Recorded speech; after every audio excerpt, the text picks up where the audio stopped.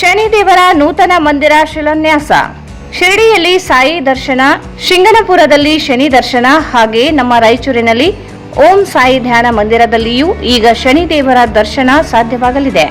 Raichur's biggest jewel palace. All types of jewelries available in only KTB Jewel Palace. Visit KTB Jewel Palace, Udayanagar, Station Road, Raichur. Sri Raghavendra Ghee, Shri Raghavendra ತುಪ್ಪ. Bharat furnitures ರಾಯಚೂರಿನಲ್ಲಿ ಮೊಟ್ಟ ಮೊದಲ ಬಾರಿಗೆ 3 ಮಳಿಗೆ ಒಳಗೊಂಡ ಬೃಹತ್ ಆಕಾರದ furniture showroom. CPS complex opposite Shiva Mandir, Patel road, Raichur. SAK convention hall. Book now flat 50% discount. Save of the season with luxury rooms, faculty, fully centralized AC halls, wide parking areas, facilities. Visit SAK Convention Hall, Shekhar Nagar, IV Road, Raichur.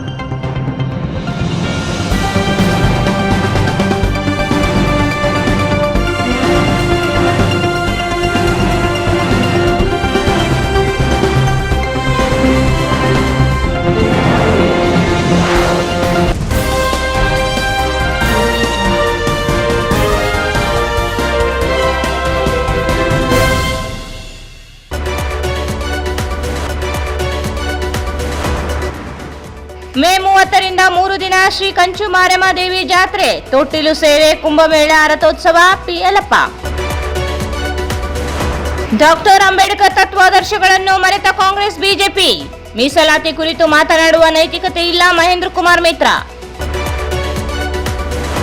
Ashok depot ಬಳಿ ಬಾರ್ಗಳಿಂದ ಸಾರ್ವಜನಿಕರಿಗೆ ತೊಂದರೆ. 29ರಂದು ಟಿಪ್ಪು ಸುಲ್ತಾನ್ ಸಂಘದಿಂದ ಪ್ರತಿಭಟನೆ. ಸೈಯದ್ ರಶೀದ್. ಪೋಲಮಾರಿ ಕಂಚು ಮಾರಮ್ಮ ದೇವಿ ಜಾತ್ರಾ ಮಹೋತ್ಸವದ ಅಂಗವಾಗಿ ವಿವಿಧ ಕ್ರೀಡೆ. ಹುಲಿಗೆಪ್ಪ ಮಾಣಿಕ್.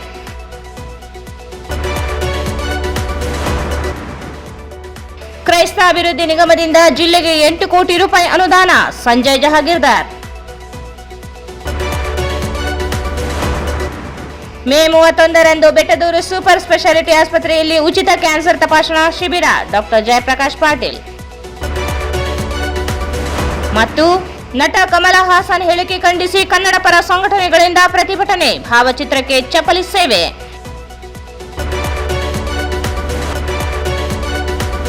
ನಗರದ ಹರಿಜನವಾಡ ಶ್ರೀ ಮಹಾಮಾತೆ ಕಂಚು ಮಾರಮ್ಮ ದೇವಿ ಜಾತ್ರಾ ಮಹೋತ್ಸವ ಜೂನ್ 3ರಿಂದ 6ರವರೆಗೆ 3 ದಿನ ವಿಜೃಂಭಣೆಯಿಂದ ಆಯೋಜಿಸಲಾಗಿದೆ ಎಂದು ದೇವಸ್ಥಾನ ಸಮಿತಿ ಅಧ್ಯಕ್ಷ ಪಿಯಲಪ್ಪ ಹೇಳಿದರು. ಅವರು ಇಂದು ಮಾಧ್ಯಮಗೋಷ್ಠಿಯನ್ನು ಉದ್ದೇಶಿಸಿ ಮಾತನಾಡಿ, ಜೂನ್ 3ರಂದು ಸಂಜೆ 5 ಗಂಟೆಗೆ ತೊಟ್ಟಿಲು ಸೇವೆ ನಡೆಯಲಿದೆ. ನಗರದ ಪಟೇಲ್ ವೃತ್ತದಿಂದ ಮೆರವಣಿಗೆ ಪ್ರಾರಂಭವಾಗಿ ಚಂದ್ರಮೌಳೇಶ್ವರ ವೃತ್ತ, ಮಹಾವೀರ ವೃತ್ತದ ಮೂಲಕ ಶ್ರೀ ಕಂಚು ಮಾರಮ್ಮ ದೇವಸ್ಥಾನಕ್ಕೆ ತೆರಳುತ್ತದೆ. ಜೂನ್ 4ರಂದು ಬೆಳಗ್ಗೆ 9ರಿಂದ ರಾತ್ರಿ 8 ಗಂಟೆವರೆಗೆ ಕುಂಭಮೇಳ ನಡೆಯಲಿದೆ. ಜೂನ್ 5ರಂದು ಸಂಜೆ 5 ಗಂಟೆಗೆ ರಥೋತ್ಸವ. ಜೂನ್ 6ರಂದು ಸಂಜೆ 5 ಗಂಟೆಗೆ ಉಚ್ಛಾಯ ಮಹೋತ್ಸವ ಜರುಗಲಿದೆ. ಸುಮಾರು ವರ್ಷಗಳಿಂದ ನಡೆಯುತ್ತಿರುವ ಐತಿಹಾಸಿಕ ಜಾತ್ರೆಯಲ್ಲಿ ವಿವಿಧ ಜಿಲ್ಲೆ, ರಾಜ್ಯಗಳಿಂದ ಭಕ್ತರು ಭಾಗವಹಿಸಲಿದ್ದಾರೆ. ಭಕ್ತರು ಹೆಚ್ಚಿನ ಸಂಖ್ಯೆಯಲ್ಲಿ ಭಾಗಿಯಾಗುವಂತೆ ಮನವಿ ಮಾಡಿದರು. ಕಾರ್ಯಕ್ರಮದ ಬಗ್ಗೆ ನಾವು ಹೇಳಬೇಕಾಗ್ತಾ ಇದೆ. ದಿನಾಂಕ 3/6/2005ರಂದು ಅಲ್ಲಿಂದ ಸ್ಟಾರ್ಟ್ ಆಗ್ತಾ ಇದೆ. ಮೊದಲನೇದಾಗಿ ಬೆಳಿಗ್ಗೆ 7 ಗಂಟೆಗೆ ಅಭಿಷೇಕ ಇರ್ತದೆ. ಅದಾದ ನಂತರ ಹೋಮ ಮಾಡ್ತಾ ಇದ್ದೀವಿ. ಮಧ್ಯಾಹ್ನ ಪ್ರಸಾದ ಇರ್ತದೆ. ಸಾಯಂಕಾಲ 4 ಗಂಟೆಗೆ ತೊಟ್ಟಿಲು ಕಾರ್ಯಕ್ರಮ ಇರ್ತದೆ. ತೊಟ್ಟಿಲು ಕಾರ್ಯಕ್ರಮ ಭಾಳ ಗ್ರ್ಯಾಂಡಾಗಿ ಮಾಡ್ತಾ ಇದ್ದೀವಿ ಈ ಸಲ. ಅದು 4 ಗಂಟೆಯಿಂದ ಸಿಟಿ ರಸ್ತೆಯಿಂದ ಸ್ಟಾರ್ಟ್ ಆಗಿ ಕೀರ್ಕಂದ್ಲಿ, ಆಮೇಲೆ ವಿವೇಕಾನಂದ ಸರ್ಕಲ್ನಿಂದ ನಮ್ಮ ಅಜ್ಜನವಾಡಕ್ಕೆ ತೊಟ್ಟಿಲು ಕಾರ್ಯಕ್ರಮ ಆಗ್ತಾ ಇದೆ. ಅದಾದ ನಂತರ ಕುಂಭಮೇಳ ಅಂತದ್ದು ದಿನಾಂಕ 4/6/2025 ಕುಂಭಮೇಳ. ಅವತ್ತು ಬೆಳಗ್ಗೆ 7 ಗಂಟೆಯಿಂದ ರಾತ್ರಿ 9 ಗಂಟೆ ತನಕ ಕುಂಭಮೇಳ ನಡೀತಾ ಇದೆ. ನಂತರ ದಿನಾಂಕ 5/6/2025 ಗುರುವಾರ ತೇರು ಕಾರ್ಯಕ್ರಮ ಇರ್ತದೆ. ಸಾಯಂಕಾಲ 6 ಗಂಟೆಗೆ 5 ಗಂಟೆಯಿಂದ ಪ್ರಾರಂಭವಾಗಿದ್ದು ಸುಮಾರು 8:30 ಆಗ್ಬೋದು, 9 ಆಗ್ಬೋದು ಅಲ್ಲಿಗೆ ಕಾರ್ಯಕ್ರಮ ತೇರಿದ್ದು. ನೆಕ್ಸ್ಟ್ 6ನೇ ತಾರೀಕಿಗೆ ಉಚ್ಛಾಯ ಕಾರ್ಯಕ್ರಮ ಇರ್ತದೆ. ಅದು ಸಾಯಂಕಾಲ 8 ಗಂಟೆಗೆ ಸ್ಟಾರ್ಟ್ ಮಾಡ್ತಾ ಇದ್ದಾರೆ. 8 ಗಂಟೆಗೆ ಸ್ಟಾರ್ಟ್ ಮಾಡಿ 9 ಗಂಟೆಗೆ 10 ಗಂಟೆಗೆ ಕ್ಲೋಸ್ ಮಾಡ್ತಿದ್ದಾರೆ. ಈ ಕಾರ್ಯಕ್ರಮ ಅದ್ದೂರಿಯಾಗಿ ಜಾತ್ರೆ ಮಾಡ್ತಾ ಇದ್ವಿ. ನಿಮ್ಮ ಪತ್ರಿಕೆ ಮಾಧ್ಯಮದ ಮುಖಾಂತರ ಎಲ್ಲ ಜನರಲ್ಲಿ ನಾವು ನಮ್ಮ ರಾಯಚೂರೆಲ್ಲ ನಾಗರಿಕರಲ್ಲಿ ಬೇಡ್ಕೊಳ್ತೇವೆ. ಈ ಜಾತ್ರೆಗೆ ಎಲ್ಲರೂ ಕೊಡಬೇಕು, ಎಲ್ಲರೂ ಸಹಕಾರ ಕೊಡಬೇಕು ಮತ್ತು ಪಂಚಮಾರಮ್ಮ ದೇವಿಗೆ ಪಾತ್ರರಾಗಬೇಕು ಎಲ್ಲರೂ ಅಂತ ಹೇಳಿ ಈ ಮಾಧ್ಯಮದ ಮುಖಾಂತರ ತಮಗೆ ತಿಳಿಸುತ್ತೇವೆ. ದೇವಸ್ಥಾನ ಸಮಿತಿ ನರಸಿಂಹಲು ಮಾಡಗಿರಿ ಮಾತನಾಡಿ, ಪ್ರಥಮ ಬಾರಿಗೆ ನೂತನ ರಥೋತ್ಸವ ಜರುಗಲಿದೆ. 3 ದಿನಗಳ ಕಾರ್ಯಕ್ರಮದಲ್ಲಿ ವಿವಿಧ ಜಿಲ್ಲೆ, ರಾಜ್ಯ, ವಿದೇಶಗಳಲ್ಲಿ ಇರುವ ಭಕ್ತರು ಸಹ ಭಾಗಿಯಾಗುತ್ತಾರೆ. ದೇವಸ್ಥಾನ ಸಮಿತಿ ರಚನೆಯಲ್ಲಿ ಯಾವುದೇ ಗೊಂದಲ, ಅಸಮಾಧಾನವಿಲ್ಲ. ಎಲ್ಲರೂ ಸೇರಿ ಜಾತ್ರಾ ಮಹೋತ್ಸವ ಅದ್ದೂರಿಯಾಗಿ ನೆರವೇರಿಸಲು ಸಹಕರಿಸುತ್ತಾರೆ ಎಂದರು. ಐತಿಹಾಸಿಕವಾದ ಮಹಾಮಾತೆ ಕಂಚುಮಾರಮ್ಮ ದೇವಸ್ಥಾನ ಜಾತ್ರೆಯು ದಿನಾಂಕ 3ರಿಂದ ಪ್ರಾರಂಭವಾಗಲಿದೆ. ಈಗಾಗಲೇ ಕೆಲವರು ಅಧ್ಯಕ್ಷರ ತಾತ್ಕಾಲಿಕವಾಗಿ ನಮ್ಮ ಕಂಚುಮಾರಮ್ಮ ದೇವಸ್ಥಾನ ಸಮಿತಿ ಅಧ್ಯಕ್ಷರಾಗಿದ್ದಾರೆ. ಎಲ್ಲರೂ ಕೂಡ ಇರುವಂಥ ಎಲ್ಲ ಪದಾಧಿಕಾರಿಗಳು ಆ ಸಮಿತಿಯಲ್ಲಿ ಅಧ್ಯಕ್ಷರಾಗಿದ್ದಾರೆ. ಈ ಸಲ ಕೂಡ ಅತ್ಯಂತ ವೈಭವದಿಂದ ಅದ್ಭುತವಾಗಿ ಒಂದು ಪ್ರಚಲ ಕಾರ್ಯಕ್ರಮದಲ್ಲಿ ಕುಂಭಮೇಳ ಮಾಡುವುದರ ಜೊತೆಗೆ ಇವತ್ತು ಸಿಡಿ ಟಾಕೀಸು, ಚಂದ್ರಮೌಳೇಶ ವೃತ್ತ, ತೀರ್ಥಂಜ ವೃತ್ತ, ಆಮೇಲೆ ಮಹಾವೀರ್ ಸರ್ಕಲ್, ಚೆಟ್ಟಿಮಠ ಸರ್ಕಲ್ ಇಂದ ಅದ್ದೂರಿಯಾಗಿ ಕಂಚುಮಾರಮ್ಮ ದೇವಸ್ಥಾನ ಸೇರಲಿದೆ. ತದನಂತರ ಮರುದಿನ ಬುಧವಾರ ಕುಂಭಮೇಳ ಮುಂಜಾನೆ ಬೆಳಗ್ಗೆ 7 ಗಂಟೆಯಿಂದ ಈಗಾಗಲೇ 7 ಗಂಟೆ ಕೂಡ ಅದ್ದೂರಿಯಾಗಿ ನಡೆಯಲಿದೆ. ಅದರಲ್ಲಿ ಇವತ್ತು ಸಾವಿರಾರು ಜನ ರಥೋತ್ಸವ. ಈ ಸಲ ರಥೋತ್ಸವ ವಿಶೇಷ ಏನಂದ್ರೆ ಇಷ್ಟು ದಿನ ಬೆಂಗಳೂರು ರಥ ಇತ್ತು, ಸ್ವಲ್ಪ ನಮಗೆ ಅಡಚಣೆ ಆಗಿತ್ತು. ಆ ಕಾರಣಕ್ಕಾಗಿ ಈ ಸಲ ನಾವೆಲ್ಲರೂ ಸೇರಿ ಒಂದು ಹೊಸ 4 ಗಾಲಿಗಳನ್ನು ಹೊಸದಾಗಿ ಈಗ ಪೆಟ್ಟಿಗೆ ಗಾಲಿಗಳನ್ನು ತಯಾರು ಮಾಡಿದ್ದೇವೆ. ಆ ಕಾರಣಕ್ಕಾಗಿ ಈ ಸಲ ಅದ್ದೂರಿಯಾಗಿ ಮಾಡಬೇಕಂದ್ರೆ ಎಲ್ಲರೂ ಸ್ವ-ಇಚ್ಛೆಯಿಂದ, ಎಲ್ಲರೂ ಒಮ್ಮತದಿಂದ ಮತ್ತು ಸಮಾಜದ ಎಲ್ಲ ಬಂಧುಗಳು ಕೂಡ ಇವತ್ತು ಎಲ್ಲರೂ ನಾವು ಮಾಡಿ ಸಮಾಜದಲ್ಲಿ ಇವತ್ತು ನಮ್ಮ ಓಣಿ ಅಲ್ಲದೆ ಕೂಡ ನಮ್ಮ ಹೆಣ್ಮಕ್ಳು ಇಲ್ಲೇ ಇರುವಂಥ ಮಹಾರಾಷ್ಟ್ರ, ಪುಣೆ ಮತ್ತು ಇಂಟರ್ನ್ಯಾಷನಲ್ ಕೂಡ ಕೆಲವೊಂದು ಔಟ್ಆಫ್ನಲ್ಲಿ ಇದ್ದಾರೆ. ಆ ಜನರು ಕೂಡ ಇವತ್ತು ಭಾಗವಹಿಸಲಿದ್ದಾರೆ. ಆ ಕಾರಣಕ್ಕಾಗಿ ಇವತ್ತು ಲಕ್ಷಾಂತರ ಜನ ಸೇರುವ ನಿರೀಕ್ಷೆ ಇದೆ. ಇದನ್ನ ತಾವೆಲ್ಲರೂ ಪ್ರಚಾರದಲ್ಲಿ ಹೆಚ್ಚೆಚ್ಚಾಗಿ ಪ್ರಚಾರ ಮಾಡಬೇಕೆಂದು ತಮ್ಮಲ್ಲಿ ವಿನಂತಿಸುತ್ತಾ, ಇನ್ನೊಂದಂದ್ರೆ ಕೂಡ ನಾವು ಏನಂದ್ರೆ ಯಾರು ಭಿನ್ನಭಾವವಿಲ್ಲ, ಏನೋ ಅಲ್ಪ ಸ್ವಲ್ಪ ಆಗಿದೆ. ಬಟ್ ಆದರೂ ಕೂಡ ಅದು ಕೂಡ ಒಂದು ಅದು ಹೇಳ್ತಿದ್ದಂದ್ರೆ ಆಗಿದೆ, ಹೆಚ್ಚು ಕಡಿಮೆ ಆಗಿದೆ.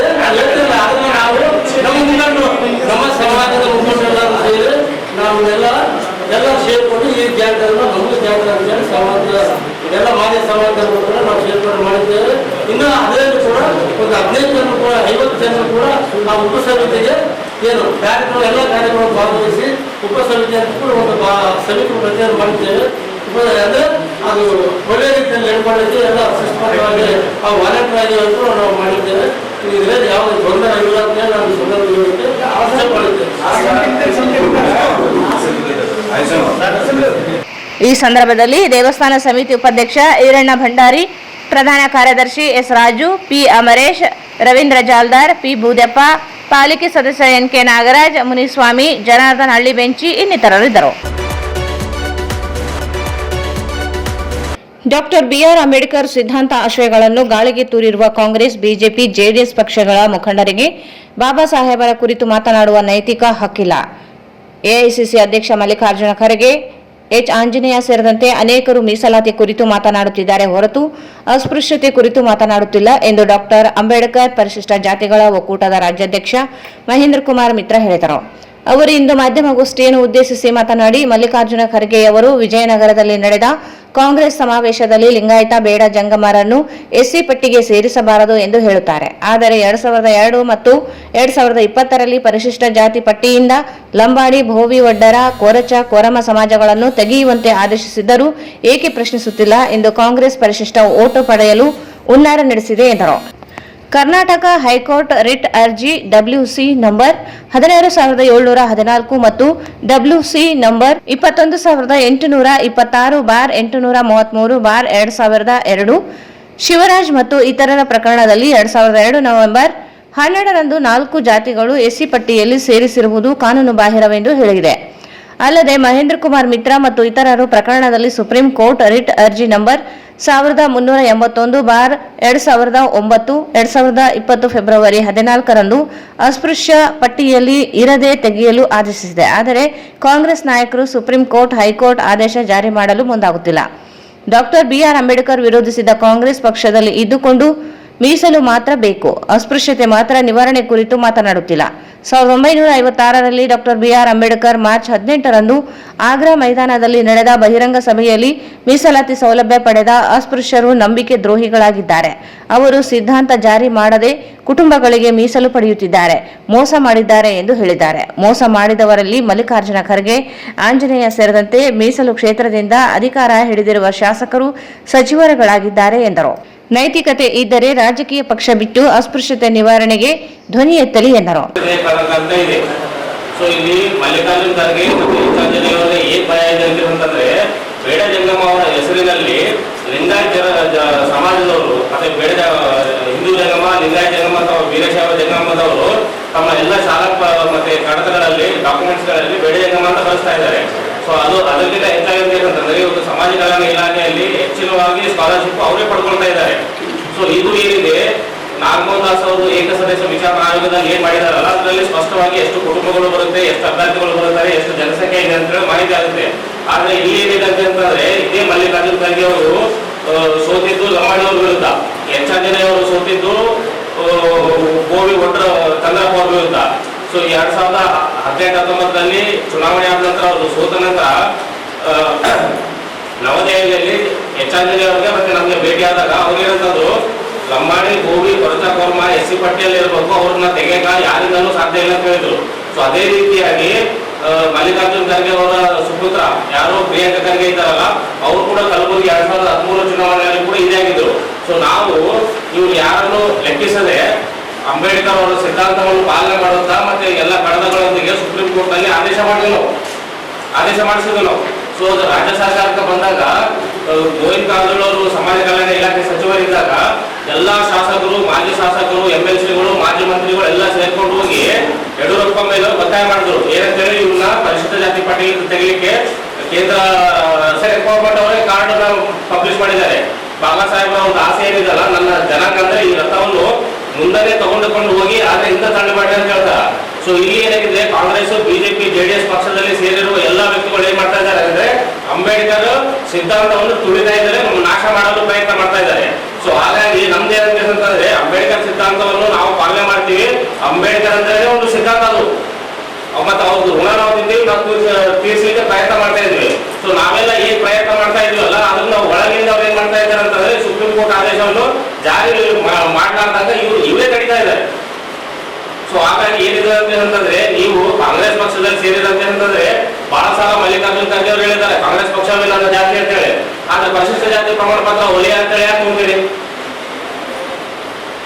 ಏನ್ ಅವಶ್ಯಕತೆ ಇದೆ? ಅದಕ್ಕೆ ಹೋಗಿ ಕಾಂಗ್ರೆಸ್ B.Pharm ಹಚ್ಕೊರಿ. ನೀವು ಇಲ್ಲಿ ಬಂದು ಸಮುದಾಯದ ಮೀಟಿಂಗ್ ಇದ್ದಾಗ ಒಂದ್ ಕಡೆ ಸಮುದಾಯದ ಪರವಾಗಿ ಮಾತಾಡ್ತಾರ, ಕಾಂಗ್ರೆಸ್ ಪಾರ್ಟಿ ಹೋದ್ಮೇಲೆ ಸಮುದಾಯದ ವಿರುದ್ಧ ಮಾತಾಡ್ತಾರ. ಅಷ್ಟೇ ಅಂತಂದ್ರೆ, ಈಗ ಹಿಂದೆ ರಾಜ್ಯದಲ್ಲಿ ಕಾಂಗ್ರೆಸ್ ಸರ್ಕಾರ ಐತಲ್ಲ, ಈ ಪ್ರಪೋಸಲ್ ಕಳಿಸಿ ಈಗ ಡಿಸೆಂಬರ್ 16, 2023 BJP ಅವರು ಏನು ರಿಜೆಕ್ಟ್ ಮಾಡ್ತಾರಲ್ಲ, ನೀವು ಪ್ರಪೋಸಲ್ ಮಾಡಿಸ್ರಿ. ಸೊ ಯಾರ್ಯಾರ ನೈಜ ಫಲಾನುಭವಿಗಳಿದ್ದಾರೆ ಅವ್ರಿಗೆಲ್ಲ ಸಿಗಲಿ. ಮತ್ತು ಸುಪ್ರೀಂ ಕೋರ್ಟ್ ಆದೇಶ ಒಳ ಮೀಸಲಾತಿ ಜಾರಿ ಮಾಡ್ಲಿಕ್ಕೆ ಏನಂತಂದ್ರೆ, ಸೊ ಅದಕ್ಕೆ ನಮ್ಮ ಹಕ್ಕುಗಳನ್ನು ನಾವು ಪರಿಪಾಲನೆ ಮಾಡಬೇಕು, ನಮ್ಮ ಹಕ್ಕುಗಳನ್ನು ಉಳಿಸಬೇಕಂತಂದ್ರೆ ಅಂಬೇಡ್ಕರ್ ಅವರು ತೋರಿಸಿದ ಮಾರ್ಗ ಮತ್ತು ಅವರ ಹಾದಿಯಲ್ಲಿ ನಾವು ನಡೆಯಬೇಕು. ಅವ್ರು ಸ್ಪಷ್ಟವಾಗಿ ಹೇಳಿದ್ದಾರೆ, ನನ್ನ ಜನಾಂಗ ಈ ದೇಶವನ್ನು ಆಳುವ ವರ್ಗ ಆಗ್ಬೇಕಂತಂದ್ರೆ ಅವಾಗ ಓಟ್ ಕೊಡಿಸಿದ್ದಾರೆ ಮತ್ತೆ ಮೀಸಲಾತಿ ಕೊಡಿಸಿದ್ದಾರೆ. ಆ ಮೀಸಲಾತಿ ಮತ್ತೆ ಓಟ್ ಎರಡೂ ದುರ್ಬಳಕೆ ಆಗ್ತಾ ಇದೆ. ನಮ್ಮ ರಾಯಚೂರಿನಲ್ಲಿ ಹೇಳ್ತಾರೆ, ಎಲ್ಲ ಘಟಕಗಳು ಲೀಡರ್ ಇದ್ದಾರ, ಅವರನ್ನ ಹೋರಾಟ ಮಾಡೋರು ಯಾರಿಲ್ಲ ಕರ್ನಾಟಕದಾಗ ಅಂತ ಹೇಳ್ತಾರ. ಮೀಸಲು ಕ್ಷೇತ್ರದಲ್ಲಿ ಇಚ್ಛುಬೇಕೆ, ಇವತ್ತು ಅಲ್ಲಿ ಮಾಡಿದ್ರು ಗೆದ್ದಿಲ್ಲ, ಉಲ್ಲೇಖ ಗೆದ್ದಿಲ್ಲ. ಅಂದ್ರೆ ಎಲ್ಲೈತೆ ನಾಯಕತ್ವ ಇಲ್ಲಿ? ಅಲ್ಲಿ ಯಾರೇ ಒಬ್ಬ ಪಾರ್ಟಿ ಆಗಲಿ, ಕಾಂಗ್ರೆಸ್ ಆಗಲಿ, BJP ಆಗಲಿ, JDS ಆಗಲಿ ಒಟ್ಟಿಗೆ ಕೊಡ್ತದ. ಹಂಗ 30 ಕ್ಷೇತ್ರದೊಳಗೆ ಕೊಟ್ಬಿಟ್ರೆ ಒಟ್ಟು ಮತ್ತೆ ಒಲೆ ಮಾಡಿದ್ರು ಮತ್ತೆ ಒಲೆ ಎಲ್ಲರ ಮನೆಗೂ ಬಂದಾಗ್ತದೆ. ಸೊ ಮೀಸಲಾತಿ ಉಳಿಸ್ಕೋಬೇಕಾಗೋದು ಪ್ರೈಮರಿ, ಸೆಕೆಂಡರಿ ಇರೋದು. ಮೊದಲನೇದು ಬಾಬಾ ಸಾಹೇಬ್ ಅವ್ರ ಉದ್ದೇಶ ಏನಿದೆಲ್ಲ, ಅಸ್ಪೃಶ್ಯತೆ ಆಚರಣೆ ತೆಗಿಬೇಕಂತೇಳಿ ಅದನ್ನ ಎಲ್ಲರೂ ಮಾಡ್ಬಿಟ್ಟಿದ್ದಾರೆ. ಏನ್ 300 ರೂಪಾಯಿ ಕೊಟ್ಟರೆ ತಹಸೀಲ್ದಾರ್ ಆಫೀಸ್ನಲ್ಲಿ ಕ್ಯಾಸೆಟ್ ವಿಕೆಟ್ ಸಿಗ್ತದ, ತಗೊಳ್ಳೋದು, ಇಟ್ಕೊಳ್ಳೋದು, ಸವಲತ್ತು ಮಾಡೋದು, ಹೋಗೋದು. ಈಗ ಎಲ್ಲಿ ಮತ್ತೆ ಅಂಬೇಡ್ಕರ್ ಸಿದ್ಧಾಂತ? ಅದೇ ಅಂಬೇಡ್ಕರ್ ಅವರು ತಮ್ಮ ಸ್ವಾರ್ಥ ಜೀವನ ನೋಡಿದ್ರೆ ಈ ದೇಶಕ್ಕೆ ಮೊದಲೇ ರಾಷ್ಟ್ರಪತಿ ಆಗ್ತಿದ್ರು. ಆದ್ರೆ ಅವರು ರಾಷ್ಟ್ರಹಿತ ಮತ್ತೆ ಜನವಿರುದ್ಧ ಎರಡು ಬಯಸಿದ ಸಲುವಾಗಿ ಅವರು ಆಸ್ತಿ ಮಾಡಿಲ್ಲ ಅವರು. ಆದ್ರೆ ಹಿಂದೂ ನಾವು ವಿದ್ಯಾವಂತಿ ಅಂತಂದ್ರೆ ನಾವೇ ಅವರು ಆಸ್ತಿ. ಬಾಬಾ ಸಾಹೇಬ್ ಹಿಂದೂಗಳು ಶಿಕ್ಷಣದ ಮೂಲಕ ಜೀವಂತ ಇದ್ದಾರೆ. ಪ್ರತಿಯೊಬ್ಬರು ಬಾಬಾ ಸಾಹೇಬ್ ಅಂಬೇಡ್ಕರ್ ಅವರು ಬರಹಗಳು, ಭಾಷಣಗಳೆಲ್ಲ ಓದಬೇಕಿರು. ಯಾಕಂತ ಅಂತಂದ್ರೆ ಮೊದಲ ಕಾಲದಲ್ಲಿ ನಮ್ಗೆ ಇರಲಿಲ್ಲ. ಈಗ ರೈಟ್ಸ್ ಇದೆ, ಅವೈಲಬಿಲಿಟಿ ಇದೆ, ಬುಕ್ಸ್ ಓದಿದ್ರೆ ನಿಮಗೂ ಏನಾದರೂ ಸ್ವಲ್ಪ ತಿಳುವಳಿಕೆ ಬಂದ ಮೇಲೆ ಬದಲಾವಣೆ ಆಗ್ಬೋದು. ಯಾಕಂದ್ರೆ ಡಾಕ್ಟರ್ ಅಂಬೇಡ್ಕರ್ ಪೀಪಲ್ಸ್ ಪಾರ್ಟಿ ಸಂಸ್ಥಾಪಕ ಅಧ್ಯಕ್ಷ ದೇವಮಿತ್ರ ಮಾತನಾಡಿ, ಆದಿ ದ್ರಾವಿಡ ಜಾತಿಗೆ ಸೇರಿ ಎಚ್ ಆಂಜನೇಯ ಇವರು ಮಾದಿಗರಿಗೆ ನ್ಯಾಯ ಕೊಡಿಸುವುದಾಗಿ ಹೇಳುತ್ತಾರೆ. ಅವರು ಸಮಾಜ ಕಲ್ಯಾಣ ಸಚಿವರಾಗಿದ್ದಾಗಲೇ 801 ಪರಿಶಿಷ್ಟ ಜಾತಿ ಮಹಿಳೆಯರ ಮೇಲೆ ಅತ್ಯಾಚಾರ, 358 ಅಸ್ಪೃಶ್ಯ ಕೊಲೆಗಳು, 9,001 ದೌರ್ಜನ್ಯ ಪ್ರಕರಣಗಳಾಗಿವೆ. ಅವರು ನ್ಯಾಯ ಕೊಡಿಸಲಿಲ್ಲ. ಸಿದ್ದರಾಮಯ್ಯನವರನ್ನು 2ನೇ ಅಂಬೇಡ್ಕರ್ ಎಂದು ಹೇಳುವಾಗ ಅವರ ಎಸ್ಸಿ ಆಗಿದ್ದಾಗಲೇ ಇಷ್ಟು ದೌರ್ಜನ್ಯ ನಡೆದಿವೆ. ಅಂಬೇಡ್ಕರ್ ಸಿದ್ಧಾಂತಗಳನ್ನು ಒಪ್ಪಿರುವುದಾಗಿ ಹೇಳುವವರು ಮೀಸಲಾತಿ ಬೇಕು. ಸಮುದಾಯ ಜನರು ಎದುರಿಸುತ್ತಿರುವ ಜಾತಿ ತಾರತಮ್ಯ, ಅಸಮಾನತೆ ನಿವಾರಣೆಗೆ ಇವರ ಕೊಡುಗೆ ಏನು?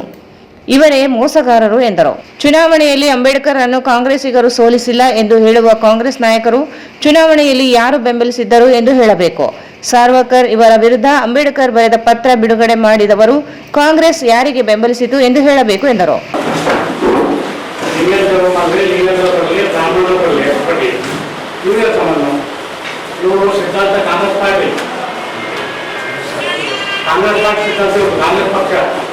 ಬಿಜೆಪಿ ಪಕ್ಷ ಬೇರೆ, ಬಾಬಾ ಸಾಹೇಬ್ ಅಂಬೇಡ್ಕರ್ ಸಿದ್ಧಾಂತವೇ ಬೇರೆ. ಅವ್ರ ವ್ಯಕ್ತಿ ಅಲ್ಲ, ಆ ಸಿದ್ಧಾಂತಗಳು, ಆ ಸಿದ್ಧಾಂತದ ಸೌಲಭ್ಯ ತಗೊಂಡಿಗೆ ಕಾಂಗ್ರೆಸ್ ಪಕ್ಷ ಕೆಲಸ ಮಾಡ್ತಾ ಇದ್ದಾರೆ ಅವರು. ಮತ್ತು ಅಸ್ಪೃಶ್ಯ ಆಚರಣೆ ಅವ್ರ ಕರೆಗೆ ಸುಮಾರು 25 ವಯಸ್ಸಾಗ್ಯದ. ರಾಜ್ಯಸಭೆಯಲ್ಲಿ ನಾವು ದಲಿತಂದು ಕಾಣ್ತಾ ಮಾತಾಡಿ ಬಿಡೋದಿಲ್ಲ. ನಾವು ಆಚೆಗೆ ಮಾನ ಮಳೆ ಅವ್ರಿಗೆ ಇದಲ್ಲ. ರಾಜ್ಯಸಭೆಯಲ್ಲಿ ಸಾಕಾಗಬೇಕಲ್ಲ, 77 ವರ್ಷದಿಂದ ಕೆಲಸ ಮಾಡ್ತಾ ಇದ್ದಾನ. ಇವತ್ತು ಹಳ್ಳಿಗಳಲ್ಲಿ ಆಚರಣೆ ಇದೆ, ಅದು ಭಾಳ ಸಿದ್ಧಾಂತ. ಯಾರು ಸವತ್ತು ತಿಂತಾರೆ ಭಾಳ ತೀವ್ರ ಕನಿಷ್ಠರು, ಆ ಕನಿಷ್ಠ ಬಿಡ್ತಾರೆ ಅವರು. ಒಟ್ಟು ಲಂಬಾಣಿ ಪಕ್ಷ ಬಂದಲ್ಲಿ ಹೈಕೋರ್ಟ್ ಆಗ 2000 ಕೈ ಬಂದ, ಸುಪ್ರೀಂ ಕೋರ್ಟ್ 2020 ಆಗ್ಯದ. ಅವ್ರು ಇಟ್ಕೊಂಡ್ಗೆ ಲಿಂಗಾಯತ ಬೇಡ ಅಂತ ಇವರಿಗೆ ಅನ್ಯಾಯ ಆಗ್ತದೆ. ಇವ್ರು ಯಾರು ಆಗ್ತರು? ಕಾಂಗ್ರೆಸ್ ಪಕ್ಷದವರು, ಬಿಜೆಪಿ ದಳದವರು ಬಾಬಾ ಸಾಹೇಬ್ ಬಗ್ಗೆ ಮಾತಾಡೋಕೆ ಇವರೇ ಆಗ್ತಿದೆ. ಮತ್ತೆ ಮುಂದೆ ಅಂತ ಅನ್ಯಾಯ ಸಿದ್ದರಾಮಯ್ಯ 2ನೇ ಅಂಬೇಡ್ಕರ್ ಅಂತ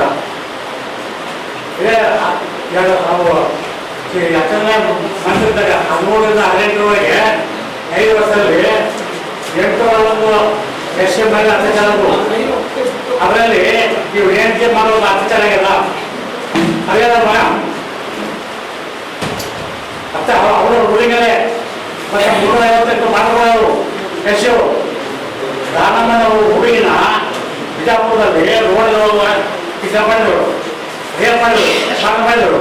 ಈಗ ನಮ್ಮ ಅಪ್ಪ ಒಂದು ಮಾತಾಡಲ್ಲ, ಬರೀ ನಿಸರ್ಗ ಬಾಬಾ ಸಾಹೇಬರು ಅಂತಾರ. ಅದಕ್ಕೆ ಬಾಬಾ ಸಾಹೇಬರು ಈ ಜನರನ್ನು ಎಲ್ಲ ಒಂದು ಕೂಡಿ ಒಂದು ರೂಲಿಂಗ್ ಕ್ಲಾಸ್ ಮಾಡೋದಕ್ಕೆ ಪ್ರಯತ್ನ ಮಾಡಿದ್ರೆ ಇವರು ಒಂದು ಬೆಡ್ಡಿಂಗ್ ಕ್ಲಾಸ್ ಇವರು ಅಂತೇಳಿ ಅವರು 1950ರಲ್ಲಿ ಈ ಅಸ್ಪೃಶ್ಯ ಜನಾಂಗದ ವೆಂಕಟೇಶ್ವರು ನನಗೆ ಮೋಸ ನಂಬಿಕೆ ದ್ರೋಹ ಅಂತ ಹೇಳ್ಕೊಂಡವರು.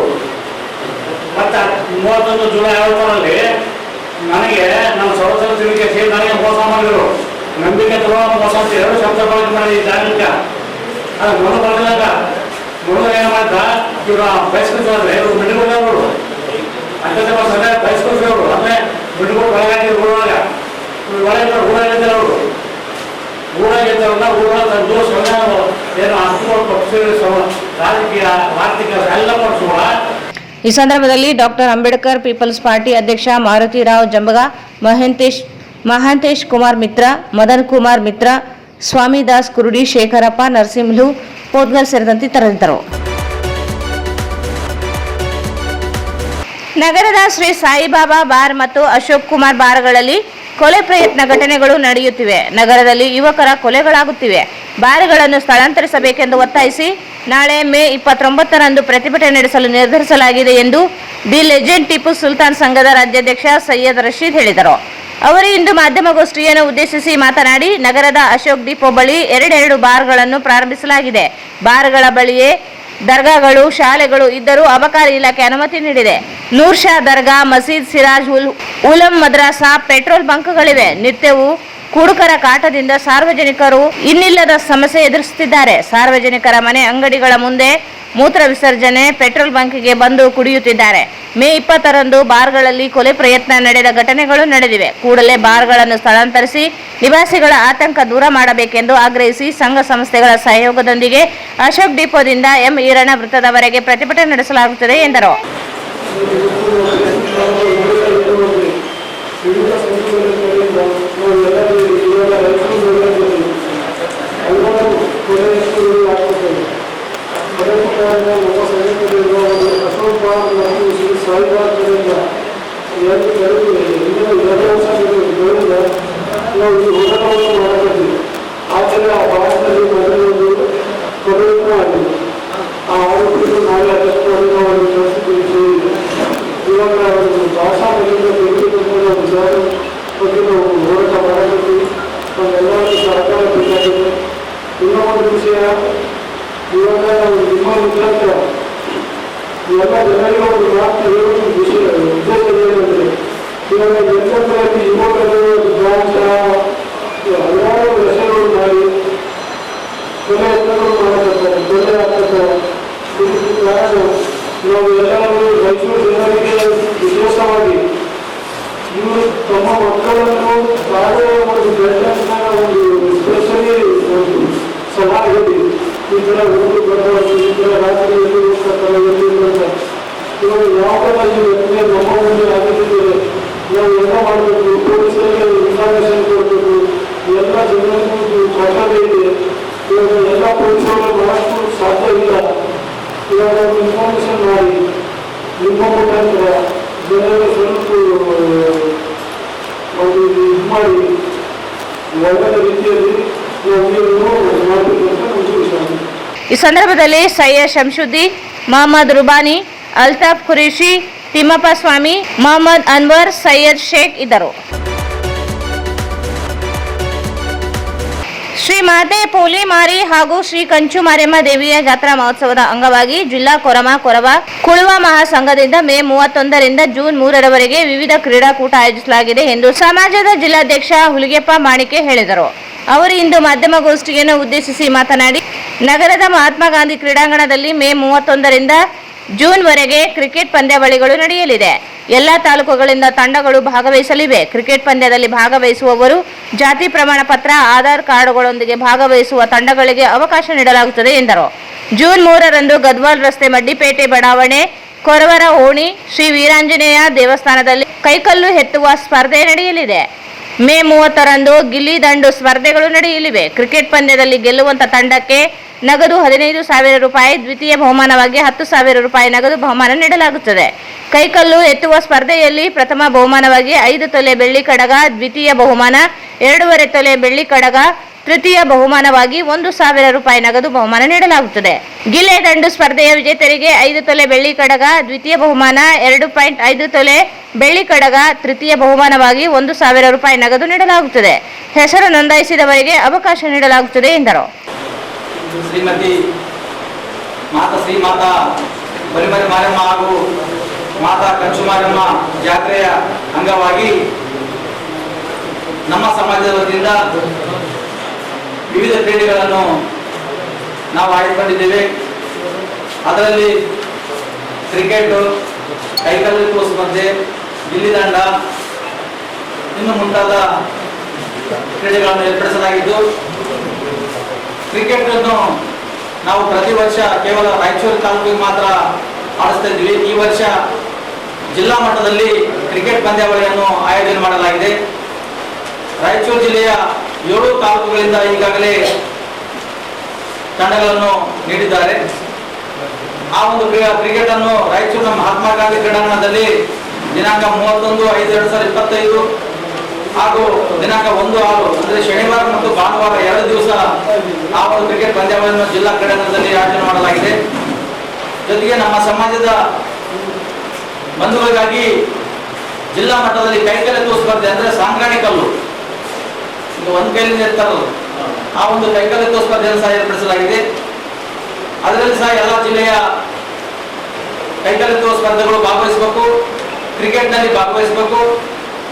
ಹಾಗೂ ಈ ಒಂದು ಕೈಕಲ್ಲು ಸ್ಪರ್ಧೆಯನ್ನು ದಿನಾಂಕ 3/6/2025 ಮಂಗಳವಾರ ಮಧ್ಯಾಹ್ನ 3 ಗಂಟೆಗೆ ಆಗುವುದು. ಅದೇ ರೀತಿಯಾಗಿ ನಮ್ಮ ಹಳೆಯ ಕ್ರೀಡೆಗಳಲ್ಲಿ ಒಂದಾಗಿರ್ತಕ್ಕಂಥ ಗಿಲ್ಲಿದಂಡ ಸ್ಪರ್ಧೆ ಪ್ರತಿ ವರ್ಷ ನಾವು ರಾಯಚೂರು ತಾಲೂಕಿಗೆ ಮಾತ್ರ ಗಿಲ್ಲಿದಂಡ ಸ್ಪರ್ಧೆಯನ್ನು ಏರ್ಪಾಡು ಮಾಡ್ತಿದ್ವಿ. ಈ ವರ್ಷ ಅದನ್ನು ಸಹ ಜಿಲ್ಲಾ ಮಟ್ಟದಲ್ಲಿ ಒಂದು ಹಳೆಯ ಸಂಪ್ರದಾಯ ಆ ಒಂದು, ಯಾಕಂದ್ರೆ ನಾವೆಲ್ಲ ಸಣ್ಣವರ್ಗ ನಾವೆಲ್ಲ ಆಡಿದ್ವಿ, ಅದನ್ನು ಸಹ ಮುಂದುವರಿಸಿಕೊಂಡು ಹೋಗುವ ನಿಟ್ಟಿನಲ್ಲಿ ಇಲ್ಲಿ ದಂಡ ಸ್ಪರ್ಧೆಯನ್ನು ಸಹ ನಾವು ಏರ್ಪಾಡು ಮಾಡಿದ್ದೇವೆ. ಅದನ್ನು ಸಹ ಪ್ರಥಮ ಬಹುಮಾನವಾಗಿ 5 ತೊಲೆ ಬೆಳ್ಳಿ ಕಡಗ, ದ್ವಿತೀಯ ಬಹುಮಾನವಾಗಿ 2.5 ತೊಲೆ, ತೃತೀಯ ಬಹುಮಾನವಾಗಿ 1,000 ರೂಪಾಯಿಯನ್ನು ನಾವೆಲ್ಲ ನೀಡುವ ವ್ಯವಸ್ಥೆಯನ್ನು ಮಾಡಲಾಗಿದೆ. ಅದಕ್ಕಾಗಿ ಸಮಸ್ತ ಜಿಲ್ಲೆಯ ನಮ್ಮ ಸಮಾಜದ ಬಂಧುಗಳು ಯಾರು ಕ್ರಿಕೆಟ್ನಲ್ಲಿ ಭಾಗವಹಿಸ್ತೀರಿ ಅವರು ಈಗಾಗಲೇ ಕೆಲವೊಂದು ತಂಡಗಳನ್ನು ನೀಡಿದ್ದಾರೆ. ಇನ್ನು ಯಾರಾದರೂ ತಂಡಗಳು ನೀಡುವವರು 30ರೊಳಗಾಗಿ ಒನ್ ಡೇ ಬಿಫೋರ್ ಒಳಗಾಗಿ ತಮ್ಮ ಜಾತಿ ಪ್ರಮಾಣ ಪತ್ರ, ಆಧಾರ್ ಕಾರ್ಡ್, ಫೋಟೋ ಸಮೇತ ನಮಗೆ ಒದಗಿಸಬೇಕು. ಅದೇ ರೀತಿಯಾಗಿ ಕೈಕಲ್ಯತ್ವ ಸ್ಪರ್ಧಾಳುಗಳು 1ನೇ ತಾರೀಕು ಒಳಗಾಗಿ ತಮ್ಮ ಜಾತಿ ಪ್ರಮಾಣ ಪತ್ರವನ್ನು ನಮಗೆ ಕೊಡಬೇಕು. ಜೊತೆಗೆ ಗಿಲ್ಲದಂಡದವರು ಸಹ 1ನೇ ತಾರೀಕು ಒಳಗಡೆ ಕೊಡಬೇಕು. ಆ ಒಂದು ನಿಟ್ಟಿನಲ್ಲಿ ಜಿಲ್ಲೆಯ ಸಮಸ್ತ ನಮ್ಮ ಕೊರಮ ಪರಿಚ ಸಮಾಜದ ಬಂಧುಗಳು ಈ ಒಂದು ಎಲ್ಲ ಕ್ರೀಡೆಗಳಲ್ಲಿ ಭಾಗವಹಿಸಿ ಮಾತಾ ಕಂಚುಮಾರಮ್ಮ ಹಾಗೂ ಕೊರಮಾರಮ್ಮ ಜಾತ್ರೆಯ ದೇವಿಯ ಪಾತ್ರಕ್ಕೆ ನಾವೆಲ್ಲರೂ ಕೃಪೆಗೆ ಪಾತ್ರರಾಗೋಣ ಅಂತ ಹೇಳಿ ಈ ಮೂಲಕ ಮಾಧ್ಯಮದ ಮೂಲಕ ನಾನು ಸಮಸ್ತ ಬಾಂಧವರನ್ನು ತಿಳಿಸ್ತೇನೆ. ಈ ಸಂದರ್ಭದಲ್ಲಿ ಮಾಲತಿ ಭಜಂತ್ರಿ, ಬೂರ್ಸ್ಲಿ, ಸುಭಾಷ್, ನಾಗರಾಜ್, ದೇವೇಂದ್ರ, ಯಲ್ಲಪ್ಪ, ಮಾಣಿಕರಾಜ್, ರಾಮು ಇದ್ದರು.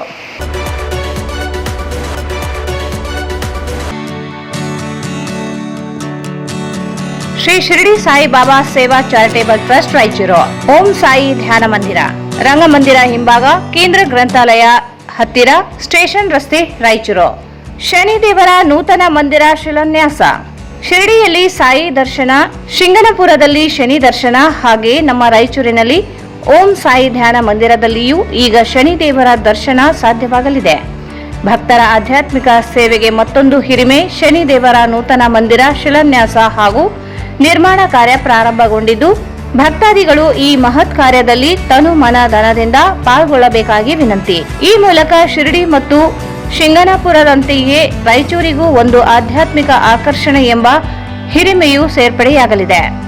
ಹೆಚ್ಚಿನ ಮಾಹಿತಿಗಾಗಿ ಸಂಪರ್ಕಿಸಿ ಶ್ರೀ ಸಾಯಿ ಕಿರಣ್ ಆದೋನಿ ಗುರೂಜಿ, ಸಂಸ್ಥಾಪಕರು, ಧರ್ಮಾಧಿಕಾರಿಗಳು, ಓಂ ಸಾಯಿ ಧ್ಯಾನ ಮಂದಿರ, ರಾಯಚೂರು. ಮೊಬೈಲ್ ಸಂಖ್ಯೆ 7611993999.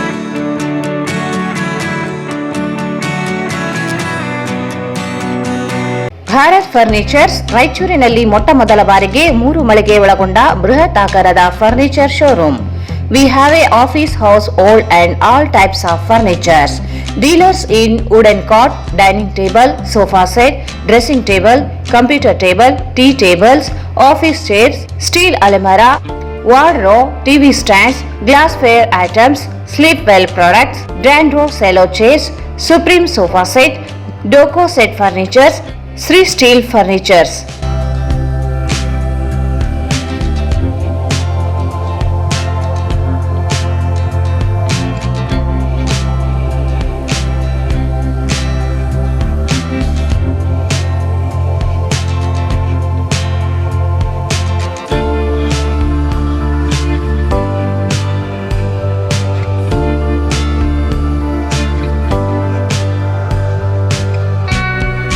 For more details, contact Bharat Furnitures, CPS Complex, opposite Shiva Mandir, Patel Road, Raichur.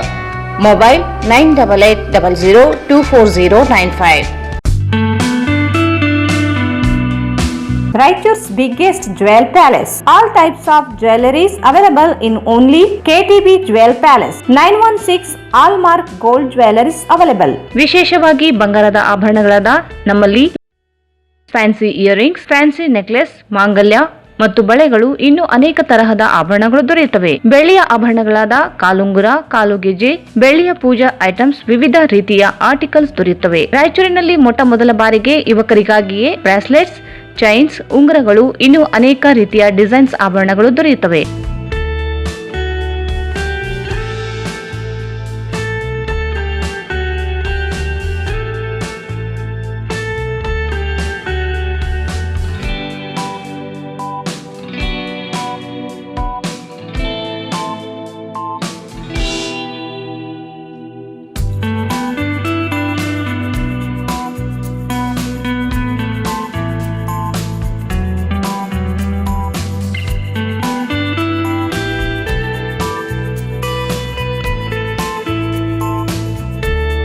Visit KTB Jewel Palace, Udayanagar, Station Road, Raichur. Mobile 8123535300. Shri Raghavendra ತುಪ್ಪ, ಶ್ರೀ ರಾಘವೇಂದ್ರ ಘೀ, ಶ್ರೀ ರಾಘವೇಂದ್ರ ತುಪ್ಪ, ಶ್ರೀ ರಾಘವೇಂದ್ರ ಘೀ. ನಿಮ್ಮ ಯಾವುದೇ ಶುಭ ಕಾರ್ಯಕ್ರಮಗಳು ನಿಮ್ಮ ನೆನಪಿನಲ್ಲಿ ಉಳಿಯಬೇಕೇ? ಪ್ರಪ್ರಥಮ ಬಾರಿಗೆ ರಾಯಚೂರು ನಗರದಲ್ಲಿ ಅತ್ಯಂತ ವೈಭವವಾಗಿ ಆಚರಿಸಲು ವಿಶಾಲವಾದ ಕನ್ವೆನ್ಷನ್ ಹಾಲ್, ಅದು SCK convention hall. We decorate, you celebrate. ಸಂಪೂರ್ಣ ಏರ್ ಕಂಡೀಷನರ್ ಹಾಲ್ ಇದಾಗಿದ್ದು 600 ರಿಂದ 800 ಆಸನಗಳನ್ನು ಹೊಂದಿದ್ದು ಪ್ರತ್ಯೇಕವಾದ ಡೈನಿಂಗ್ ಹಾಲ್ ಹೊಂದಿದೆ. ನಮ್ಮಲ್ಲಿ naming ceremony, engagement, marriage, reception, college seminars, corporate events, product launching, brand promotion, get together parties, ಇನ್ನು ಹಲವು ರೀತಿಯ ಫಂಕ್ಷನ್ಸ್ ಇಲ್ಲಿ ಮಾಡಬಹುದು. ವಿಶಾಲವಾದ ಪಾರ್ಕಿಂಗ್ ವ್ಯವಸ್ಥೆ ಹೊಂದಿದ್ದು ರೈಲ್ವೆ ಸ್ಟೇಷನ್ ಮತ್ತು ಬಸ್ ಸ್ಟ್ಯಾಂಡ್ಗೆ ಹತ್ತಿರವಿದೆ.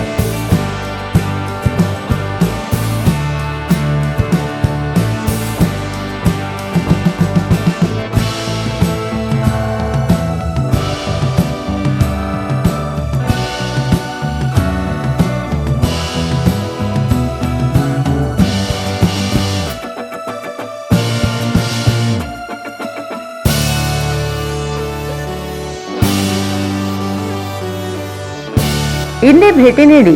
SCK ಕನ್ವೆನ್ಷನ್ ಹಾಲ್, Shekhar Nagar, IB road, Raichur. Mobile 9483770202.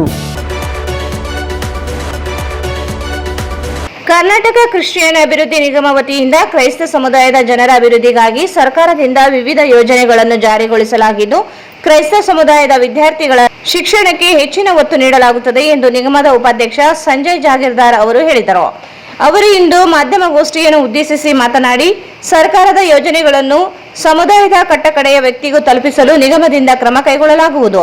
Raichur ಹಿಂದುಳಿದ ಪ್ರದೇಶವಾಗಿದ್ದು, ಇಲ್ಲಿನ ಜನರಿಗೆ ಸರ್ಕಾರದ ಸೌಲಭ್ಯಗಳಾಗಲಿ ಅಥವಾ ಸವಲತ್ತುಗಳಾಗಲಿ ಯಾವುದೂ ಕೂಡ ಸಿಗುತ್ತಿಲ್ಲ. ಆದ್ದರಿಂದ ಈ ಭಾಗದ ಜನರಿಗೆ ಸರ್ಕಾರದ ಯೋಜನೆಗಳನ್ನು ತಲುಪಿಸಲು ಅಲ್ಪಸಂಖ್ಯಾತರ ಕಲ್ಯಾಣ ಇಲಾಖೆಯ ಸಹಯೋಗದಲ್ಲಿ ಶ್ರಮಿಸಲಾಗುವುದು ಎಂದು ತಿಳಿಸಿದರು. ಕಲ್ಯಾಣ ಕರ್ನಾಟಕ ಭಾಗದ ವಿದ್ಯಾರ್ಥಿಗಳಿಗೆ 371J ವಿಶೇಷ ಕಾನೂನಿನ ಅಡಿಯಲ್ಲಿ ಮೆಡಿಕಲ್ ಮತ್ತು ಇಂಜಿನಿಯರ್ ಸೀಟುಗಳಲ್ಲಿ ಮೀಸಲಾಗಿದ್ದು, ಆದರೆ ಈ ಭಾಗದ ವಿದ್ಯಾರ್ಥಿಗಳು IAS, IPS ಹಾಗೂ ಇತರೆ ಆಡಳಿತ ಸೇವೆಗಳಲ್ಲಿ ಉನ್ನತ ಸ್ಥಾನಕ್ಕೆ ಬರಲು ಹಿಂಜರಿಯುತ್ತಾರೆ. ಇದಕ್ಕೆ ಈ ಭಾಗದ ಜನರ ಆರ್ಥಿಕ ಪರಿಸ್ಥಿತಿಯು ಕಾರಣವಾಗಿರಬಹುದು. ಆದ್ದರಿಂದ ಕ್ರಿಶ್ಚಿಯನ್ ಸಮುದಾಯದ ವಿದ್ಯಾರ್ಥಿಗಳಿಗೆ ಉಚಿತ IAS, IPS ಕೋರ್ಸ್ಗಳಿಗೆ ಕೋಚಿಂಗ್ ವ್ಯವಸ್ಥೆಯನ್ನು ಮಾಡಲಾಗುವುದು ಎಂದು ತಿಳಿಸಿದರು. ರಾಜ್ಯ ಸರ್ಕಾರದಿಂದ ನಿಗಮಕ್ಕಾಗಿ ಒಟ್ಟು 250 ಕೋಟಿ ರೂಪಾಯಿ ಅನುದಾನ ಬಿಡುಗಡೆಯಾಗಿದ್ದು, ಅದರಲ್ಲಿ ರಾಯಚೂರು ಜಿಲ್ಲೆಗೆ 8 ಕೋಟಿ ಅನುದಾನ ಮಂಜೂರಿಯಾಗಿದೆ. ಈ ಅನುದಾನದಲ್ಲಿ ಈ ಭಾಗದ ಚರ್ಚ್ಗಳ ಅಭಿವೃದ್ಧಿ ಹಾಗೂ ಇಲ್ಲಿನ ವಿದ್ಯಾರ್ಥಿಗಳ ಶೈಕ್ಷಣಿಕ ಅಭಿವೃದ್ಧಿಗೆ ಹೆಚ್ಚಿನ ಒತ್ತು ನೀಡಲಾಗುವುದು ಎಂದು ಹೇಳಿದರು. ಉನ್ನತ ವ್ಯಾಸಂಗಕ್ಕಾಗಿ ನಿಗಮದಿಂದ ಕ್ರಿಶ್ಚಿಯನ್ ಸಮುದಾಯ ವಿದ್ಯಾರ್ಥಿಗಳಿಗೆ 30 ಲಕ್ಷ ರೂಪಾಯಿಗಳ ಸಾಲ ಸೌಲಭ್ಯವು ಇದ್ದು, ಜೊತೆಗೆ ಮೆಡಿಕಲ್ ವ್ಯಾಸಂಗಕ್ಕಾಗಿ 5 ಲಕ್ಷ ರೂಪಾಯಿಗಳ ಸಾಲ ಸೌಲಭ್ಯಗಳನ್ನು ನೀಡಲಾಗುತ್ತಿದೆ. ಈ ರೀತಿಯ ಹಲವು ಯೋಜನೆಗಳನ್ನು ಜನರು ಸದುಪಯೋಗಪಡಿಸಿಕೊಳ್ಳಬೇಕು ಎಂದರು. ಎರಡು ಇಲಾಖೆಗೆ ಅವರೇ ಡಿಸ್ಟ್ರಿಕ್ಟ್ ಆಫೀಸರ್ ಆಗಿ ಕಾರ್ಯನಿರ್ವಹಿಸುತ್ತಿದ್ದಾರೆ. ಹಾಗಾಗಿ ನಾನು ಇಲ್ಲಿನ ಉಸ್ತುವಾರಿ ಸಚಿವರಾದಂತಹ ಶ್ರೀ ಶರಣಪ್ರಕಾಶ್ ಪಾಟೀಲ್ ಜಿ ಅವರಿಗೂ ಹಾಗೂ ಬೋಸ್ರಾಜ್ ಜಿ ಅವರಿಗೂ ಹಾಗೂ ಎಲ್ಲ ಶಾಸಕರಿಗೂ ವಿಧಾನ ಪರಿಷತ್ತಿನ ಎಲ್ಲ ಸದಸ್ಯರಿಗೂ ಸಹ ನಾನು ಮಾತಾಡಿ ಈ ಭಾಗಕ್ಕೆ ಹಿಂದುಳಿದ ಪ್ರದೇಶ ಇವತ್ತು ತಾವು ಎಲ್ಲ ರಿಸಲ್ಟ್ ಅಲ್ಲಿ ನೋಡಿರ್ಬೋದು. ಒಂದು SSLC ರಿಸಲ್ಟ್ ಆಗಿರ್ಬೋದು, ಒಂದು ಸೆಕೆಂಡರಿ ರಿಸಲ್ಟ್ ಆಗಿರ್ಬೋದು. ನಮ್ಮ ಭಾಗಕ್ಕೆ ಬಹಳಷ್ಟು ಲಾಸ್ಟ್ ಮೂಮೆಂಟ್ ಅಲ್ಲಿ ಇರ್ತದೆ. ಅದಕ್ಕೆ ಯಾಕೆ ಈ ತರ ಆಗ್ತಾ ಇದೆ ಅಂತ ವಿಚಾರ ಮಾಡಿದಾಗ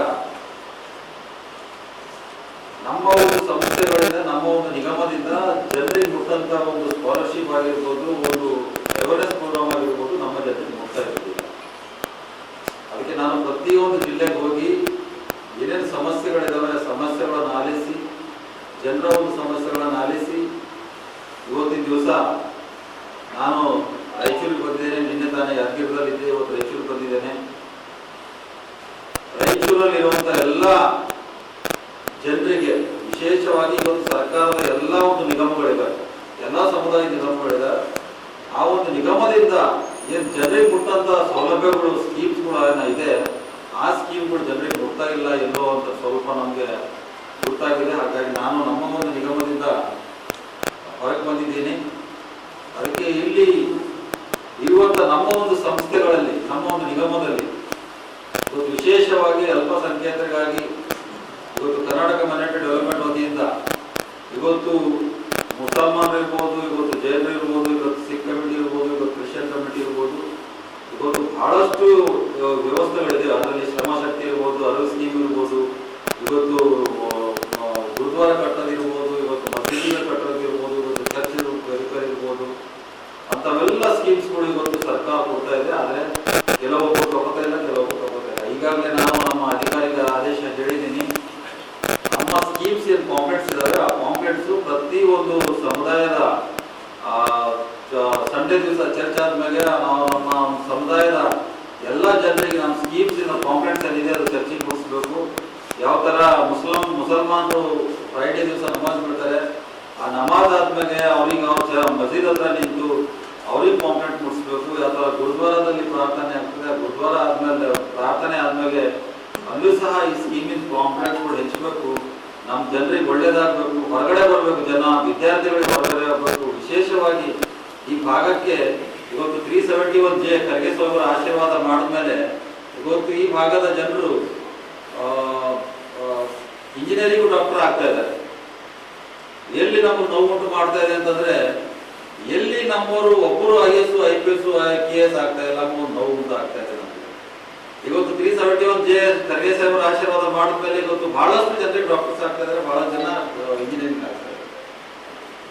ಆದ್ರೆ UP ಬಿಹಾರ ನೋಡಿ, ಇವತ್ತು ಒಂದು ಕೂಲಿ ಕಾರ್ಮಿಕ ಮಾಡೋ ಕೆಲಸ ಮಾಡೋ ಮನುಷ್ಯ ಇದ್ದಾನೆ ಅಂತಂದ್ರೆ ಅವನ ಮನೆಯಲ್ಲಿ ಒಂದೊಂದು IPS, ಒಂದೊಂದು IAS ಇದ್ದಾರೆ.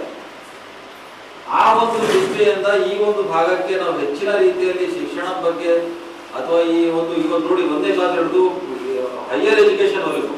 ಇವತ್ತು MD MS ಮಾಡ್ತಾರಂತಂದ್ರು ಇವತ್ತು ಫಾರಿನ್ ಸ್ಟೇಟ್ ಇದೆ, ಜನರಿಗೆ ಇಂಟ್ರೆಸ್ಟ್ ಇಲ್ಲ ಅಂತ ನಮ್ಗೆ ಇರೋ ನೋವು ಉಂಟು ಮಾಡ್ತಾ ಇದೆ.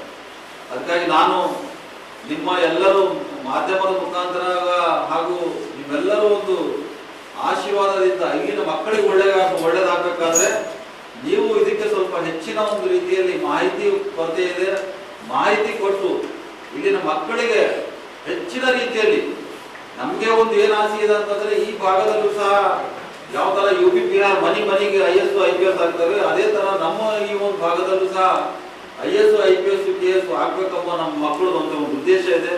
ಒಂದು ಯಂಗ್ಸ್ಟರ್ಸ್ಗಳದ್ದು ಒಂದು ಛಲ ಬರ್ಬೇಕು, ಹೊರಗಡೆ ಬರ್ಬೇಕಂಬ ಒಂದು ಉದ್ದೇಶ ಇದೆ.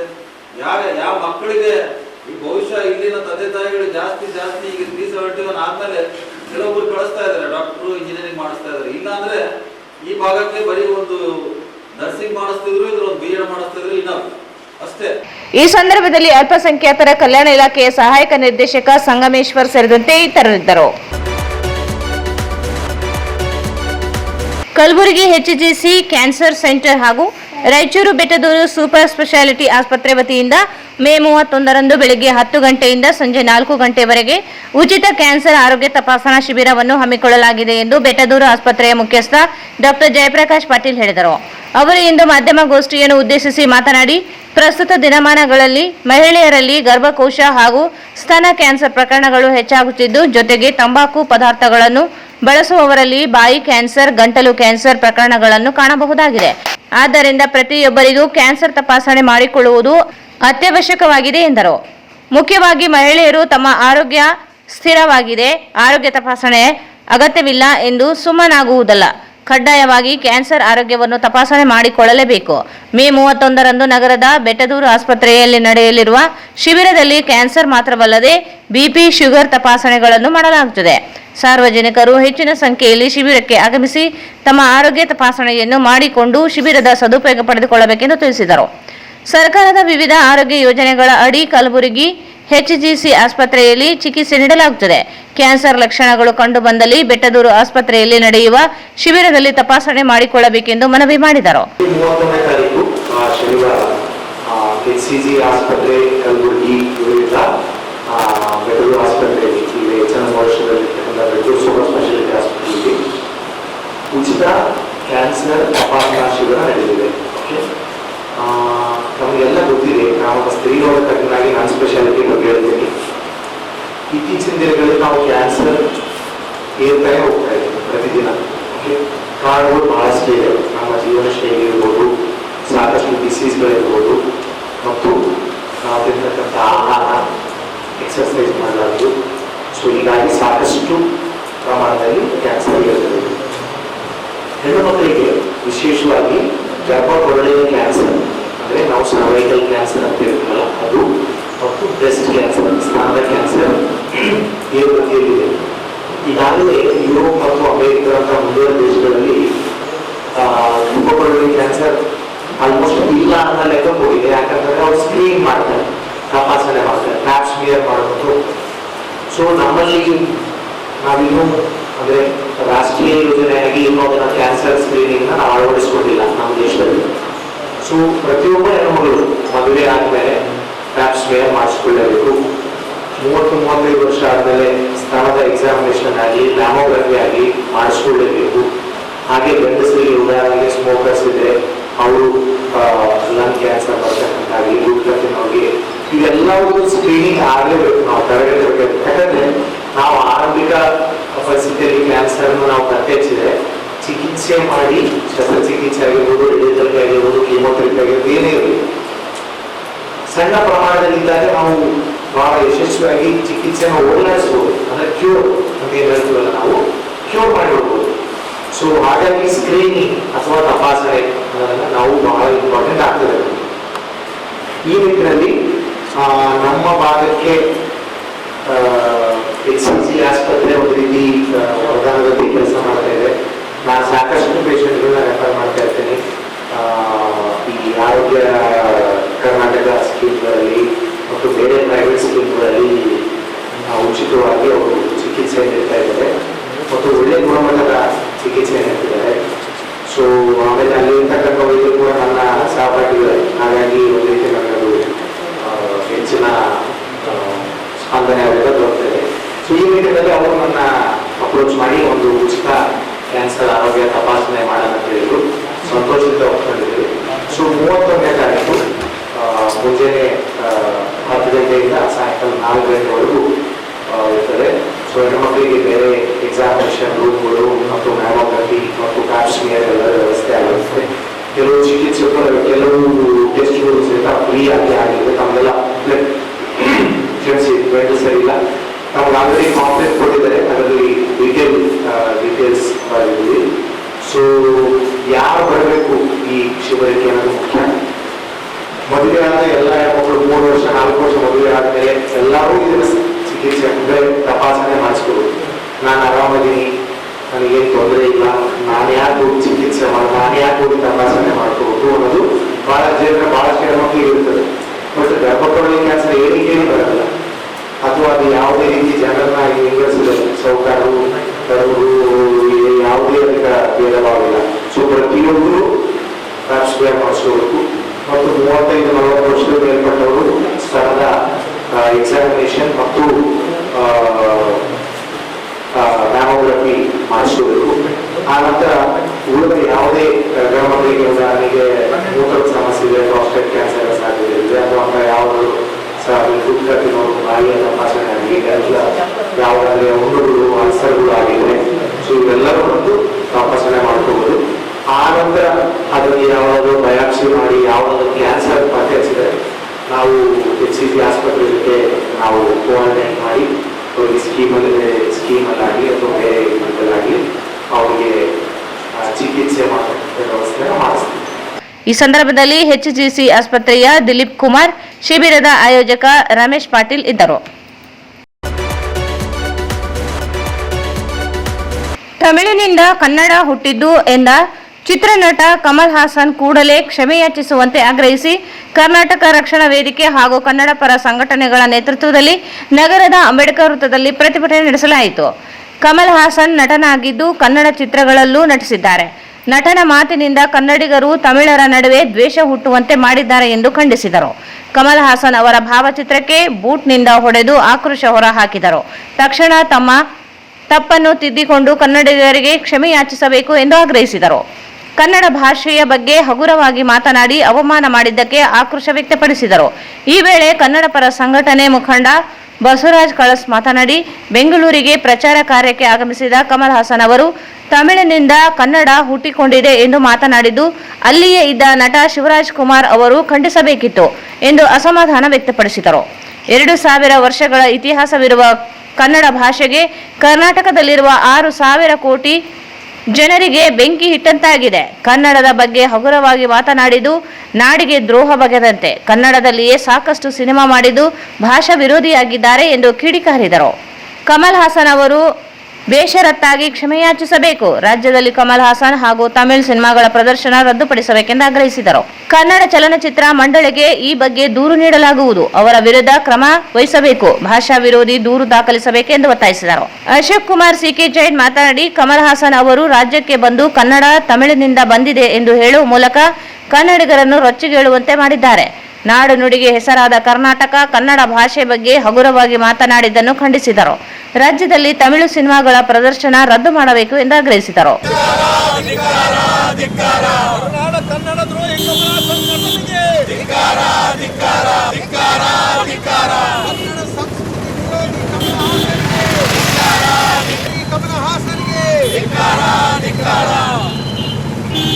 ಕನ್ನಡ ವಿರೋಧಿ ಚಿತ್ರನಟ ಕಮಲ್ ಹಾಸನ್ಗೆ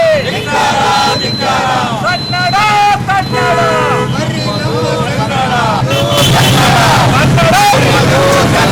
ಕನ್ನಡ ವಿರೋಧಿ ಕಮಲ್ ಹಾಸನ್ಗೆ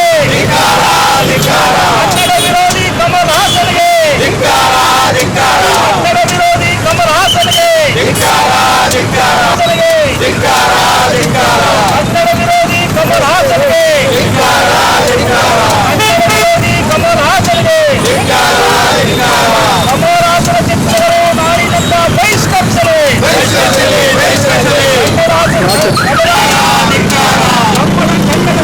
ಕಮಲ್ ಹಾಸನ್ಗೆ ಬಹಿಷ್ಕರಿಸಲಿ. ಕನ್ನಡ ಭಾಷೆಗೆ ಅವರಿಗೆ ಕಮಲ್ ಹಾಸನ್ ಕ್ಷಮೆ ಕೇಳಲೇಬೇಕು. ಕನ್ನಡ ವಿರೋಧಿ ಕಮಲ್ ಹಾಸನ್ಗೆ ಕಮಲ್ ಹಾಸನ ಚಿತ್ರಗಳು ನಾಡಿನಿಂದ ಬಹಿಷ್ಕರಿಸಲಿ. ಭಾಷೆಗೆ ಅವಮಾನ ಮಾಡಿದ ಕಮಲ್ ಹಾಸನ್ ಕ್ಷಮೆ ಕೇಳಲೇಬೇಕು.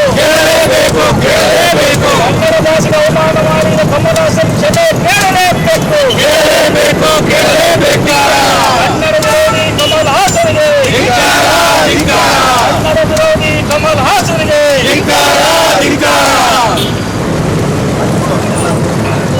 ಕನ್ನಡ ವಿರೋಧಿ ಕಮಲ್ ಹಾಸನ್ಗೆ ಎರಡು ಕಟ್ಟಿದ್ದೀವಿ ಕನ್ನಡ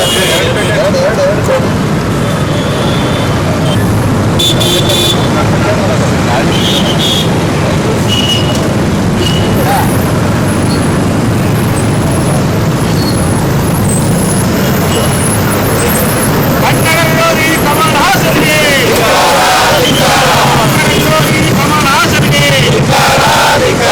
ಕನ್ನಡ ವಿರೋಧಿ ಕಮಲ್ ಹಾಸನ್ಗೆ ಕಮಲ್ ಹಾಸನ್ಗೆ ಕನ್ನಡ ಭಾಷೆಗೆ ಅವಮಾನ ಮಾಡಿದ ಕಮಲ್ ಹಾಸನ್ ಕ್ಷಮೆ ಕೇಳಲೇಬೇಕು. ಕನ್ನಡ ಭಾಷೆಗೆ ಅವಮಾನ ಮಾಡಿದ ಕಮಲ್ ಹಾಸನ್ ಕ್ಷಮೆ ಕೇಳಲೇಬೇಕು. ಕನ್ನಡ ವಿರೋಧಿ ಕಮಲ್ ಹಾಸನ್ಗೆ ಕನ್ನಡ ವಿರೋಧಿ ಕಮಲ್ ಹಾಸನ್ಗೆ ಯಾವುದೋ ಒಂದು ಕಾರ್ಯಕ್ರಮದಲ್ಲಿ ಕಮಲ್ ಹಾಸನ್ ತಮಿಳಿಂದ ಕನ್ನಡ ಭಾಷೆ ಹುಟ್ಟಿತು ಅಂತಕ್ಕಂಥದ್ದನ್ನು ಹೇಳ್ತಾರೆ. ಏನಾದರೂ ಕಮಲ್ ಹಾಸನ್ಗೆ ಮತಿಭ್ರಮಣೆ ಆಗಿದೆಯಾ? ಇವತ್ತು ಏನಾಗಿದೆ ಚಿತ್ರನಟಗಳಿಗೆ? ಅಲ್ಲ ರೀ, ಕನ್ನಡದಲ್ಲಿ ಬಂದು ನಿನ್ನ ಕನ್ನಡ ಸಿನಿಮಾ ಮಾಡ್ಕೊಂಡು ಮತ್ತೆ ಈ ಕನ್ನಡಕ್ಕೆ ದ್ರೋಹ ಬಗೆತೀರೇನ್ರಿ? ನೀವು ಕನ್ನಡ ಭಾಷೆ ಬಗ್ಗೆ ತಕರಾರು ತಂಟೆಗೆ ಬಂದರೆ ನಿಮ್ಮನ್ನ ನಾವು ಸುಮ್ಮನೆ ಬಿಡೋದಿಲ್ಲ. ಈ ನಾಡಿಗೆ ಬಂದರೆ ನಿಮ್ಗೆ ತಕ್ಕ ಶಾಸ್ತಿ ಮಾಡ್ತೀವಿ ಅಂತಕ್ಕಂಥದ್ದನ್ನ ಗಮನಕ್ಕಿರಲಿ. ಇವತ್ತೇನು ನೀವು ಹೇಳಿದ್ರಲ್ಲ, ಈ ತಮಿಳು ಭಾಷೆಯಿಂದ ಕನ್ನಡ ಹುಟ್ಟಿದೆ ಅಂತ ಈ ಮಾತನ್ನ ತಪ್ಪಾಗಿದೆ ಅಂತ ಕನ್ನಡಿಗರಿಗೆ ಕ್ಷಮೆ ಕೇಳಬೇಕು. ಇಲ್ಲದಿದ್ದರೆ ನಾಡಿನಾದಂತಹ ನಿಮ್ಮ ಚಿತ್ರಗಳು ಈ ರಾಜ್ಯದಲ್ಲಿ ಬಹಿಷ್ಕರಿಸಲಾಗುತ್ತದೆ ಅಂತಕ್ಕಂಥ ಗಮನಕ್ಕೆ. ಈ ಸಂದರ್ಭದಲ್ಲಿ ಮುಖಂಡರಾದ ಕೆಇ ಕುಮಾರ್, ಬಶೀರ್ ಅಹಮದ್ ಒಸ್ಮನಿ, ಸರೋಜಾ ಸಂಘ್, ಕಲ್ಲೂರ್ಕರ್, ಜಗದೀಶ್ ಪಾಟೀಲ್, ವಿಶ್ವನಾಥ್ ಪಟ್ಟಿ ಸೇರಿದಂತೆ ಅನೇಕರು ಭಾಗವಹಿಸಿದರು.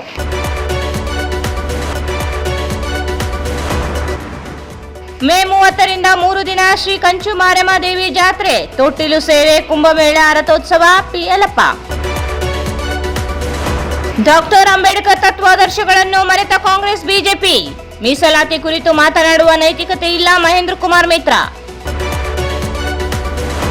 ಅಶೋಕ್ ಡಿಪೋ ಬಳಿ ಬಾರ್ಗಳಿಂದ ಸಾರ್ವಜನಿಕರಿಗೆ ತೊಂದರೆ. 29ರಂದು ಟಿಪ್ಪು ಸುಲ್ತಾನ್ ಸಂಘದಿಂದ ಪ್ರತಿಭಟನೆ. ಸೈಯದ್ ರಶೀದ್. ಪೋಲಮಾರಿ ಕಂಚು ಮಾರಮ್ಮ ದೇವಿ ಜಾತ್ರಾ ಮಹೋತ್ಸವದ ಅಂಗವಾಗಿ ವಿವಿಧ ಕ್ರೀಡೆ. ಹುಲಿಗೆಪ್ಪ ಮಾಣಿಕ್.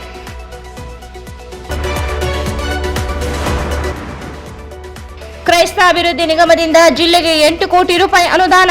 ಸಂಜಯ್ ಜಹಾಗೀರ್ದಾರ್.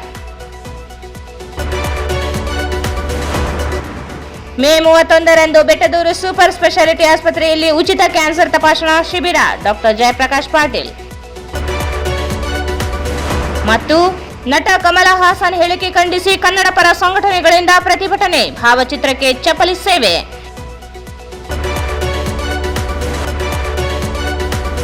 ಶನಿದೇವರ ನೂತನ ಮಂದಿರ ಶಿಲಾನ್ಯಾಸ. ಶಿರಡಿಯಲ್ಲಿ ಸಾಯಿ ದರ್ಶನ, ಶಿಂಗನಪುರದಲ್ಲಿ ಶನಿ ದರ್ಶನ, ಹಾಗೆ ನಮ್ಮ ರಾಯಚೂರಿನಲ್ಲಿ ಓಂ ಸಾಯಿ ಧ್ಯಾನ ಮಂದಿರದಲ್ಲಿಯೂ ಈಗ ಶನಿದೇವರ ದರ್ಶನ ಸಾಧ್ಯವಾಗಲಿದೆ.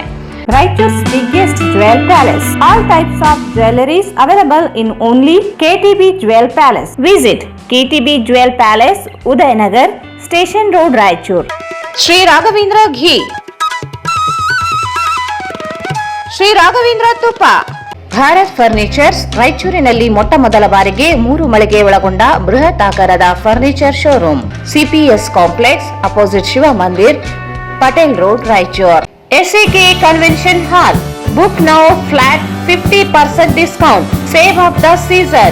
With luxury rooms, faculty, fully centralized AC halls, wide parking areas facilities. Visit SAK Convention Hall, Shekhar Nagar, IV Road, Raichur.